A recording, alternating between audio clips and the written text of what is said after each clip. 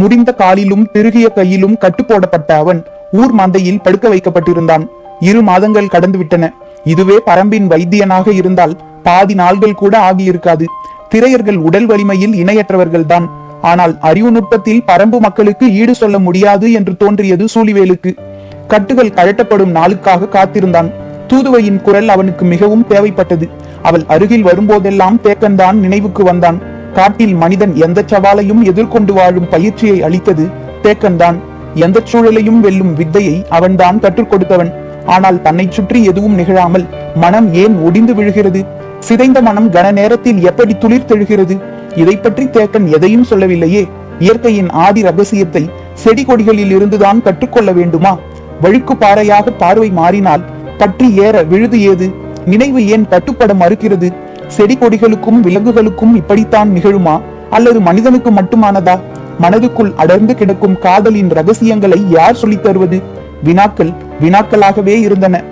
திரையர்களின் உடல்வாகு கண்களுக்கு எப்போதும் மிரட்சியை உருவாக்குபவையாகவே இருந்தது. அவர்களின் பல செயல்களை சூழிவேலால் புரிந்து கொள்ள முடியவில்லை. அவனுக்குள் என்ன நடக்கிறது என்பதையே அவனால் புரிந்து கொள்ள முடியவில்லை. அவன் எப்படி திரையர்களை புரிந்து கொள்வான்? இடையிடையே ஊரின் நினைவு வந்து போய்க் கொண்டிருந்தது. நடுக்காட்டுக்குள் தான் இப்போதும் இருக்கிறோம். ஆனாலும் நம் காடு என்று தோன்றாமல் இருக்கிறது. தேக்கனும் மற்றவர்களும் பயிற்சி முடித்து எப்போது ஊர் திரும்புவார்கள்? நாம் அதற்கு முன் திரும்பி விடுவோமா என்று எண்ணிக்கொண்டிருக்கும் போது பெரும் சத்தத்துடன் ஓர் இளைஞனை தோளில் வைத்து தூக்கி வந்தனர். மேலெல்லாம் குருதி சிந்தியபடி இருந்தது. அவன் கைகளில் ஏதோ ஓர் இலையை வைத்திருந்தான். மந்தையில் பெரியவர்கள் உட்கார்ந்தனர். ஊரே கூடியது. உள்ளே என்ன நடக்கிறது என்று சூழிவேலுக்கு தெரியவில்லை. ஆனால் எல்லோர் முகங்களிலும் பெரும் மகிழ்ச்சி இருந்தது. நல்ல செயல் நடைபெறுகிறது என நினைத்து கொண்டான். மறுநாள் காலையில் தூதுவை அவனை பார்க்க வந்தபோதுதான் சொன்னாள். அவன் காட்டெருமையை வீழ்த்தி வெற்றிலையை பறித்து வந்தான். அதனால் ஊரே அவனை கொண்டாடியது. எத்தனை பேர் சேர்ந்து வீழ்த்தினார்கள் என கேட்டான். ஒரே ஆள்தான் வீழ்த்தினான் என்று சொன்னாள். ஒரே ஆள் ஒரு காட்டெருமையை எப்படி வீழ்த்த முடியும்? நீ சொல்வது நம்பும்படியாக இல்லையே என்றான். எந்த ஆயுதமும் வைத்துக் கொள்ளலாம். ஆனால் தனியொருவனாக காட்டெருமையை வீழ்த்தி மலைமுகட்டில் இருக்கும் வெற்றிலையை பறித்து மந்தைக்கு வந்து சேரும் வீரனைத்தான் திரையர் குல பெண் ஏற்றுக்கொள்வாள். இல்லை என்றால் எந்த பெண்ணும் அவனை ஏற்க மாட்டாள் என்றாள். சூழிவேலால் நம்ப முடியவில்லை. தனியொருவனாக எப்படி காட்டெருமையை வீழ்த்த முடியும்? நீ பொய் சொல்கிறாய் என்றான். இதே மந்தையில் தான் நான் வந்து சொன்னேன். ஒருவன் பச்சை செடியை எரிய வைக்கிறான், பறவையை மயங்க வைக்கிறான் என்று. நம்பும்படியாகவா இருக்கிறது என்று கேட்டார்கள். அதுதானே உண்மை. அதே போல்தான் இதுவும். அப்போது அவர்கள் நம்ப மறுத்தார்கள். இப்போது நீ நம்ப மறுக்கிறாய் என்றால் சூழிவேலால் இந்த உண்மையை ஏற்றுக்கொள்ள முடியவில்லை.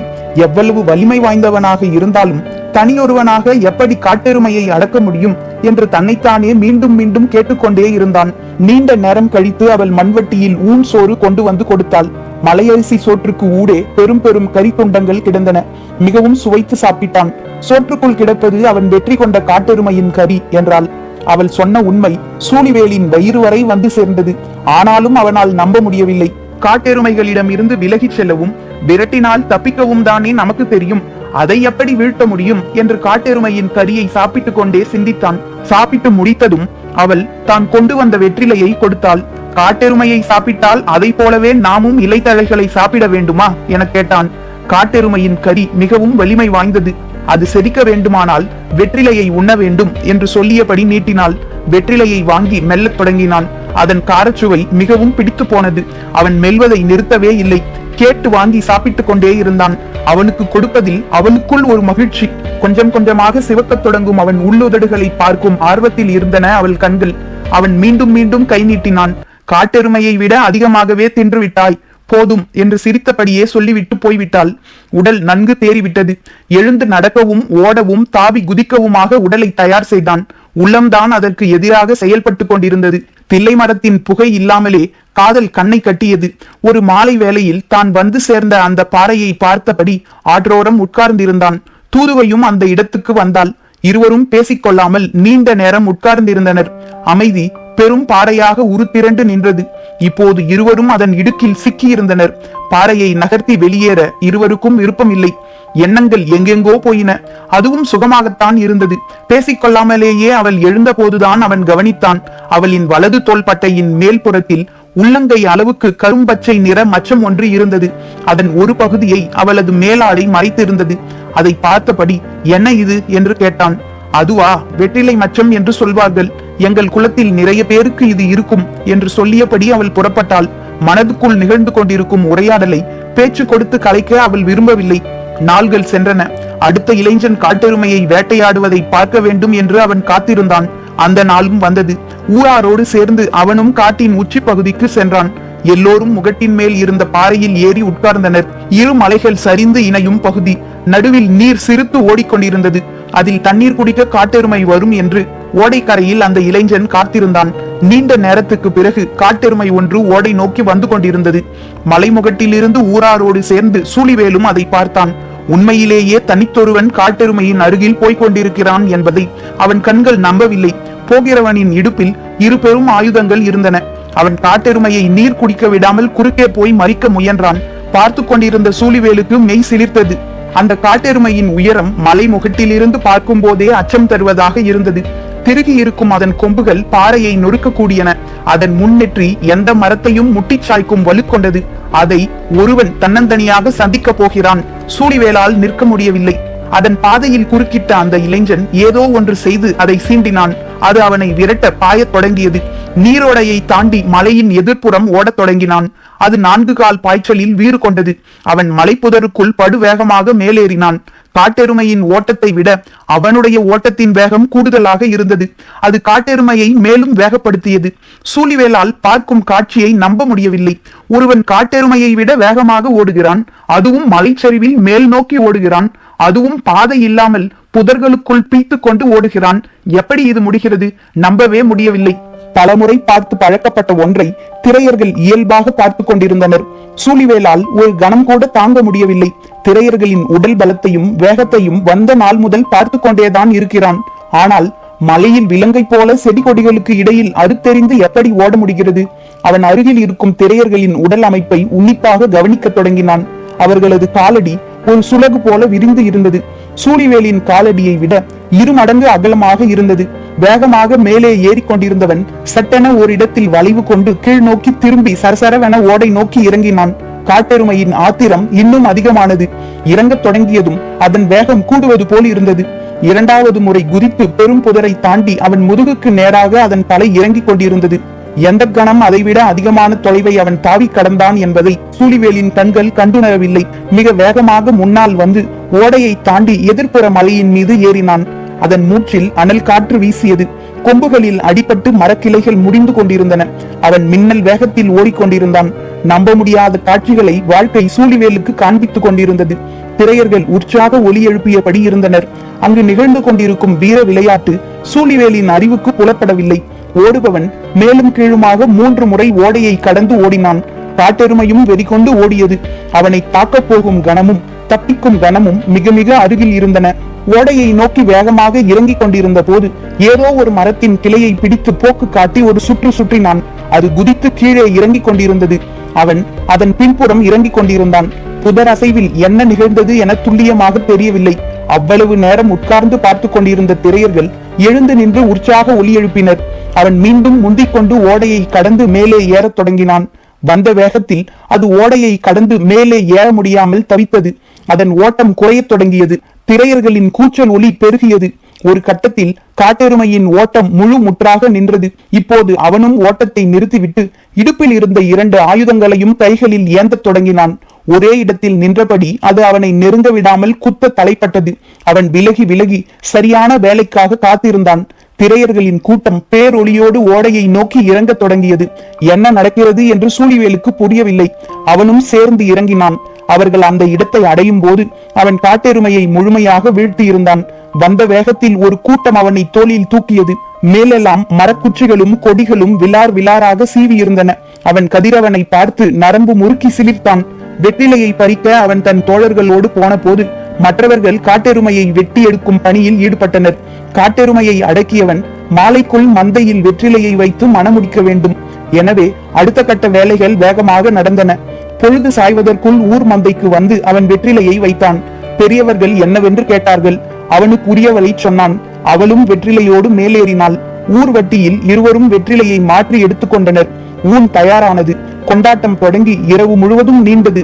வழக்கம் போல் மந்தையில் இருந்த அவனுக்கு ஊன் சோறும் வெற்றிலையும் கொண்டு வந்தாள் தூதுவை. அவன் எதுவும் சொல்லாமல் வாங்கி சாப்பிட்டான். நான் சொன்னதை நேரில் பார்த்த பிறகுதான் ஊர் நம்பியது. நீயும் அப்படித்தானே என்று கேட்டாள். அவன் பதிலேதும் சொல்லாமல் இருந்தான். வாழ்வில் முதன்முறையாக தன்னால் ஒன்றை செய்ய முடியாது என்பதை ஏற்றுக்கொள்ளவும் முடியாமல் மறுக்கவும் முடியாமல் அவன் தடுமாறிக் கொண்டிருந்தான். அந்த தடுமாற்றத்தை அவள் உணர்ந்தாள். ஆனாலும் அவளின் நம்பிக்கையை வெற்றிலையை கொடுக்கும் போது கை தொட்டு கடத்திவிட்டுத்தான் எழுந்தாள். நாள்கள் சென்றன. அந்த மலைச்சரிவுக்கு பல நாள்கள் போய் வந்து கொண்டிருந்தான். எப்போதாவது காட்டெருமைகள் வந்து நீர் குடிப்பதை தொலைவில் இருந்து பார்ப்பான். அதன் உருவ அமைப்பும் வலிமையும் முன்னெற்றியில் திரண்டிருக்கும் எலும்பின் திரட்சியும் பார்க்கவே அச்சம் தருவனவாக இருந்தன. ஒருமுறை அதை சீண்டி பார்க்க அருகில் போக முடிவெடுத்த கணமே அது விரட்டத் தொடங்கி படுவேகமாக மலை மேல் ஏறினான். அதன் வேகம் என்ன என்பது அப்போதுதான் அவனுக்கு புரிந்தது. மேல் நோக்கி ஏறும் போது அதன் வேகம் அதிகமாகிக் கொண்டே இருந்தது. ஏதேதோ வித்தை காட்டி இறுதியில் உயிர் பிழைத்து ஊர் வந்து சேர்ந்தான். மேலெல்லாம் செடிகளும் கொடிகளும் குச்சிகளும் கிழித்து எடுத்திருந்தன. வரும்போதே பச்சிலைகளை பறித்து கொண்டு வந்தான். அரைத்து பூசிக்கொண்டு படுத்தான். மனம் முழுவதும் காட்டெருமையின் பாய்ச்சலும் தூதுவையின் மீதான காதலும் சரிசமமாக இருந்தன. கிழவி ஒருத்தி அவன் அருகே வந்து உட்கார்ந்தாள். காட்டெருமையை வீழ்த்த போகிறவர்கள் வெற்றிலையோடு வருவார்கள், நீ என்ன பச்சிலையோடு வந்திருக்கிறாய்? அவமானப்படுதல் அவனுக்கு அறிமுகமாகிக் கொண்டிருந்தது. பால் கொரண்டியை எரிக்கவும் பறவையை மயக்கவும் வித்தை தெரிந்தால் போதும், இதற்கு வீரம் வேண்டும் என்றால் தொடர்ந்து மனம் சீண்டப்பட்டு கொண்டிருந்தது. அந்த இடம் கடந்து போன தூதுவை கிழவி இவனோடு இருந்ததை பார்த்து சிரிப்பொன்றை உதிர்த்துவிட்டு போனாள். இவனது கோபம் மேலும் கூடியது. கிழவியும் விடுவதாக இல்லை. காட்டுக்கோழியை கூட பிடிக்க முடியாதவன் காட்டெருமையை எப்படி பிடிப்பான் என்று அவளாக கேள்வி கேட்டுவிட்டு எழுந்து போய்விட்டாள். இவனால் தாங்கிக் கொள்ள முடியவில்லை. மறுநாள் அந்த மலைச்சரிவை நோக்கி மீண்டும் போனான். காட்டுக்கோழிகளின் கூவல் சத்தத்தை கடந்த அவனுக்கு கிழவி சொன்னது நினைவுக்கு வந்தது. ஏனோ காட்டுக்கோழியை பிடித்து பார்ப்போம் என்று தோன்றியது. மரக்கொப்புகளின் மீதேறி தாவி சென்று கொண்டிருந்தது. அது மீண்டும் பறக்கும் வேலைக்காக காத்திருந்தான் சூழிவேல். படபடத்து மேலெழுந்த காட்டுக்கோழி அவன் வீசிய கல்லால் சுருண்டு விழுந்தது. அதை போய் பார்த்துவிட்டு எடுக்காமல் போய்விட்டான். கிழவி நம்மை இவ்வளவு எளிதாக நினைத்து விட்டாளே என்று தோன்றியது. மாலையில் மந்தைக்கு திரும்பியதும் கிழவி அவன் அருகில் வந்தாள். கோழி எங்கே என்று கேட்டாள். நான் கோழியை அடித்து விட்டேன் என்று சொல்வது வீரனுக்கு அழகல்ல. அதே நேரத்தில் கோழியை கூட பிடிக்க முடியாதவன் என்று இவள் நம்மை பற்றி நினைத்திருப்பதையும் மாற்ற வேண்டும். என்ன செய்வது என்று சிந்தித்தான். எரிந்த இடத்தில் கிடக்கிறது, வேண்டுமென்றால் போய் எடுத்துக்கொள் என்றான். எடுக்க வேண்டியது நீதான், ஏன் எடுக்காமல் வந்தாய் என கேட்டாள். அவளது கேள்வியின் நோக்கம் அவனுக்கு புரியவில்லை. அதன் கால்களை பார்த்தாயா என்றாள். காட்டுக்கோழியின் காலின் பின்புறம் சிறு விரல் ஒன்று இருக்கும். அதை போலவே காட்டெருமையின் பின்னங்கால் குழம்பின் பின்புறம் சிறு தசை ஒன்று வளர்ந்திருக்கும். சரியாக அந்த தசையை அடித்துவிட்டால் அதன் பின்னங்கால் நரம்புகள் இழுத்து கொள்ளும். அதனால் காலை நகர்த்த முடியாது. இருந்த இடத்தில் இருந்துதான் போராடும். அதன் பிறகு அதை ஆயுதம் கொண்டு வீழ்த்தி விடலாம் என்று குறிப்பு சொன்னால் கிழவி. சூழிவேல் அன்று பார்த்த காட்சியை நினைத்தான். 3 முறை மலைச்சரிவின் மேலும் கீழுமாக ஓடியவன் 3ஆம் முறை இறங்கும் போது சட்டென ஓரிடத்தில் விழுதை பிடித்து சுழன்று காட்டெருமையின் பின்புறம் தாக்கியது இதைத்தானா என தோன்றியது. அவனின் கோபத்தை கிழவி தூண்டிய போது தூதுவை சிரித்துக் கொண்டே போனதற்கான காரணம் இப்போதுதான் அவனுக்கு புரிந்தது. மறுநாள் பொழுது மறைவதற்கு சிறிது நேரத்துக்கு முன் சூழிவேல் மந்தையை நோக்கி தட்டு தடுமாறி நடந்து வந்தான். அவன் மேல் பழையபடி கீறல் காயங்கள் இருந்தன. குருதி கசிந்து கொண்டிருந்தது. மீண்டும் ஆற்றில் விழுந்து பாறையில் அடிபட்டு வருகிறானா என்று பார்ப்பவர்கள் எண்ணினர். ஆனால் அவன் கைகளில் வெற்றிலை இருந்தது. இதை ஏன் பறித்து வருகிறான் என்பது புரியவில்லை. வந்தவன் மந்தையில் ஏறி அமர்ந்தான். ஊர்வட்டியில் வெற்றிலையை வைத்தான். எல்லோரும் கூடினர். யாருக்கும் ஒன்றும் புரியவில்லை. வெற்றிலையை பறிக்க போய் ஏன் இவ்வளவு காயங்களுடன் வந்திருக்கிறான் என்று ஒருவர் மாற்றி ஒருவர் கேட்டுக்கொண்டிருந்தனர். 3 இளைஞர்கள் மந்தை நோக்கி வந்து சொன்னார்கள், அவன் காட்டெருமையை வீழ்த்தி வெற்றிலையை பறித்து வருகிறான் என்று. ஊர் அதை நம்பவில்லை. நீங்கள் சொல்வது உண்மையா என்று மீண்டும் மீண்டும் கேட்டனர். அந்த இளைஞர்கள் சொன்னார்கள், நாம் பலமுறை மேலும் கீழும் ஓடவிட்டுத்தான் காட்டெருமையின் பின் நரம்பை அடிப்போம். இவனோ முதல் முறையே அடித்து விட்டான். ஊரார் அதிர்ந்து போனார்கள். சூழிவேல் ஊர் வட்டியில் வெற்றிலையை வைத்தபடி பேசாமல் இருந்தான். ஊராருக்கு என்ன சொல்வதென்று புரியவில்லை.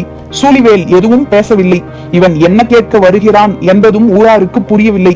ஊரின் வயது முதிர்ந்த கிழவன் கூட்டத்தை விலகச் சொல்லி உள்ளே வந்தார். அவன் ஊர் வட்டியில் வைத்திருந்த வெற்றிலை ஒன்றை எடுத்து திருப்பி பார்த்தார். அவர் கண்கள் வியப்பு கொண்டு விரிந்தன. அடுத்த வெற்றிலையை எடுத்து பின்புறம் திருப்பி பார்த்தார். ஊரார்கள் அவரையே உற்று பார்த்து கொண்டிருந்தனர். அவரோ அவன் வைத்த அனைத்து வெற்றிலைகளையும் எடுத்து திருப்பி திருப்பி பார்த்துவிட்டு பெருமூச்சு விட்டார். இவன் முன்வைத்துள்ளது அனைத்தும் ஆண் வெற்றிலை என்றார். திரையர்கள் திகைத்து போனார்கள். மிகச் சிலருக்கு மட்டும்தான் வெற்றிலையில் உள்ள வேறுபாடுகள் தெரிந்தன. வெற்றிலையின் பின்புறம் இருக்கும் நரம்புகள் மூன்றும் ஏற்ற இறக்கம் இல்லாமல் ஒன்று போல் இறங்கி இருந்தால் அது ஆண் வெற்றிலை. மேலே இருப்பது இறங்கியும் மற்ற நரம்புகள் விலகியும் இறங்கியும் இருந்தால் அது பெண் வெற்றிலை. சூழிவேல் ஊர் வட்டிலில் ஆண் வெற்றிலைகளை கொண்டு வந்து வைத்து விட்டான். இப்போது எதிர் வெற்றிலையாக பெண் வெற்றிலையை ஊர் வைத்தே ஆக வேண்டும்.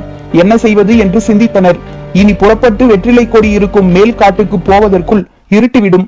அதன் பிறகு பெண் வெற்றிலையாக தேடி பறித்து வருவதெல்லாம் இயலாத செயல். ஆனால் பொழுது மறைவதற்குள் எதிர் வெற்றிலையை வைக்க வேண்டும் என்பது ஊரின் மரபு. என்ன செய்யலாம் என்பது அறியாது எல்லோரும் திகைத்துக் கொண்டிருக்கையில் தூதுவை மந்தை நோக்கி வந்தாள். இவள் ஏன் உள்ளே வருகிறாள் என்பது யாருக்கும் புரியவில்லை. அனைவரையும் விலகச் சொல்லியபடி நடுமந்தைக்கு வந்த அவள் ஊர்வட்டிலில் எதிர் வெற்றிலையை வைக்க வேண்டிய இடத்தில் கால் மடக்கி அமர்ந்தாள். வலது தோள்பட்டையில் கிடந்த ஆடையை மெல்ல விலக்கியபடி சூழிவேலின் கண்களை நேர்கொண்டு பார்த்தாள். அவளின் தோளில் கரும்பச்சை நிற வெற்றிலை மச்சம் இருந்தது. அதற்குள் ஓடிய நரம்புகள் ஒன்று போல் இல்லாமல் தான் இருந்தன. வியப்படைந்த கண்களில் மகிழ்ச்சி பூக்கத் தொடங்கியது. ஊருக்கு பின்னுங்கால் நரம்பில் அடி விழுந்து சரிந்தது போல் இருந்தது. எல்லோருக்கும் செய்தி புரிந்தது. திரையர்களுக்கு இணையான வீரன் என்பதை சூழிவேல் மெய்ப்பித்து விட்டான். இனி மறுத்து சொல்வதற்கு எதுவும் இல்லை. கொண்டாட்டம் தொடங்கியது. காட்டெருமையின் கரியை ஊன் சோற்றில் பிசைந்தனர் திரையர்கள். அந்த பெருங்கிழவன் மட்டும் கிழவியை முறைத்து பார்த்தபடி போனான். காட்டெருமையோ வெற்றிலையோ பின்னால் இருக்கும் நரம்பில்தான் எல்லாம் இருக்கிறது என்று சொல்லிக் கொடுத்தவள் அவளாகத்தான் இருக்கும் என்பது அவருக்கு புரிந்திருந்தது. ஊன் சோறு பரிமாறப்பட்டது. பச்சை கொடி பற்றி எரிய பறக்கும் பறவைகள் மயங்கி சரிய அந்த இரவு முழுவதும் பெண் வெற்றிலையை விரும்பி உண்டான் சூழிவேல். ஆண் வெற்றிலையின் காரம் தூதுவைக்கு மிகவும் பிடித்திருந்தது. நாக்குக்குள் சுழலும் வெற்றிலை நாக்குகளை சுழற்றியது. சிவப்பேறிய இதழ்களுடன் பல இரவுகளை கடந்து ஒரு நற்பகலில் எவ்வியூர் வந்தடைந்தனர். பாரி கதையை முடித்த போது இருள் சூழ்ந்து இறங்கத் தொடங்கியது. அவர்கள் எவ்வியூருக்குள் நுழைந்தனர். திரையர்களின் கதைதான் இவ்வளவு வேகமாக இழுத்து வந்தது. இல்லை என்றால் நாம் ஊரடைய நள்ளிரவாகி இருக்கும் என்றான் பாரி. கதையின் மயக்கத்திலிருந்து மீளாதவராக கபிலர் இருந்தார். பாரி சொன்னான், இது எத்தனையோ தலைமுறைகளுக்கு முன் நடந்த கதை. அதன் பிறகு திரையர்களுக்கும் வேலிருக்குமான திருமண உறவுகள் பெரிதாக நடக்கவில்லை. காரணம், அவர்களின் நாடு இந்த மலைத்தொடரின் ஏதோ ஓர் எல்லையில் இருக்கிறது. எப்போதாவது ஒரு முறை ஊர் வழிபாட்டுக்கு வந்து அழைத்து செல்வார்கள் என்று என் தந்தை சொல்வார். அதுவும் அவரின் தந்தையார் காலத்துக்கு பிறகு வரவில்லை என்பார். நிலப்பரப்பால் ஏற்பட்ட இடைவெளி அல்லவா? ஆம், ஆனால் உயிருக்குள் கலந்துவிட்டால் நிலவியல் இடைவெளியால் என்ன செய்ய முடியும் என்றான் பாரி. அவன் சொல்ல வருவது கபிலருக்கு புரியவில்லை. இளையவளை நன்கு கவனித்து பார்த்திருக்கிறீர்களா என்று கேட்டான். சங்கவையா? ஆம். என்ன? சின்ன புன்னகையுடன் பாரி சொன்னான். அவளின் வலது தோள்பட்டையின் முன்புறம் கரும்பச்சை மச்சம் ஒன்று இருக்கிறது. அவள் வளர்ந்து பெரியவளானால் அது வெற்றிலையின் வடிவம் கொள்ளும். கபிலர் திகைத்து போனார். என்ன சொல்வதென்று தெரியவில்லை. வாய் மட்டும் முணுமுணுத்தது. கதைகள் ஒருபோதும் முடிவதில்லை. பரம்பின் குரல் ஒலிக்கும்.